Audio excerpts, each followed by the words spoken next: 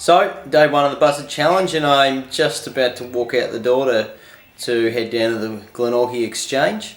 I had to actually ask my wife for a couple of dollars for a bus fare because I was dead broke, had no change whatsoever. Thank you very much, Catherine.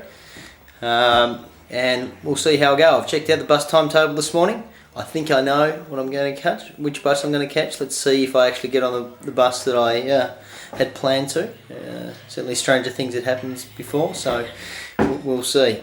Rightio, let's go. I'll keep you updated. So I'm on my way down to the bus stop this morning. It's probably about 600 or 700 metres from my house to the Glenorchy Exchange. There are a couple of bus stops in between along the road, but it's quicker just to pop down to the exchange and catch the first bus that comes through there, which is not too bad apart from when it's belting down with rain, I guess. No sign of rain today, as you can see, with the blue sky behind me. So we got on the bus okay, first plane, and straight up the main road from Glenorchy through to Hobart. I didn't miss it, which is fantastic. My wife just reminded me how good I was at catching modes of transport. I missed the plane to Adelaide on the weekend, so it's so far been a success.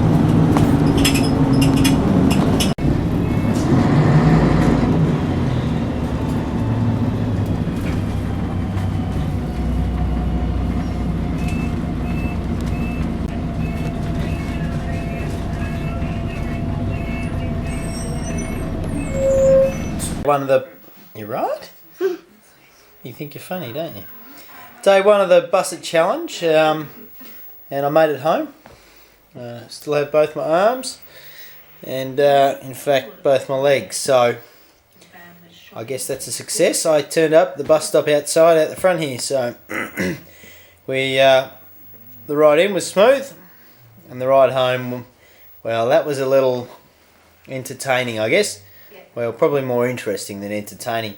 Had a few gentlemen up the back who thought that create a bit of a hostile environment for everyone else. Clearly under the influence of some sort of substance, and when the bus was full and there was a couple of seats next to them, they thought it was their right to have two seats and let everybody know who asked them if they could have a seat, where to go. So it was fairly charming, but outside of that, to start with, the rest of the bus trip was fairly smooth. Until we got to Glenorchy, then one of the gentlemen stayed on the bus while the rest of his mates got off. Not for any particular reason, but he'd managed to fall asleep on the back seat.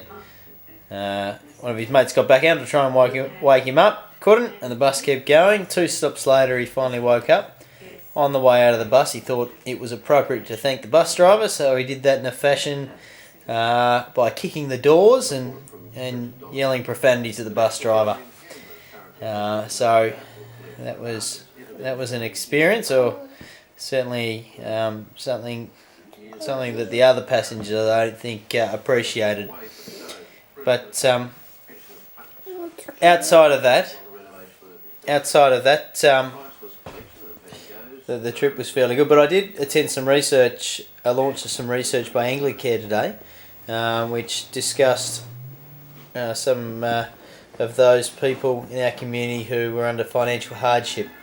Now, I'm not an expert in the research, and I certainly won't go into it in detail, but one of the points that did come out, and I think it was highlighted more so to me today because of the challenge itself, was that those people in financial hardship really find it difficult to pay for their own transport, and in paying for things like car registration and maintenance, and even public transport as well, which I certainly compare that to my life, where I have 2 cars in the family, one for my wife Kate, who uses it as a community nurse, and myself to drive myself to work. But if both of those fail, we also have the bus, which stops right outside the door if need be.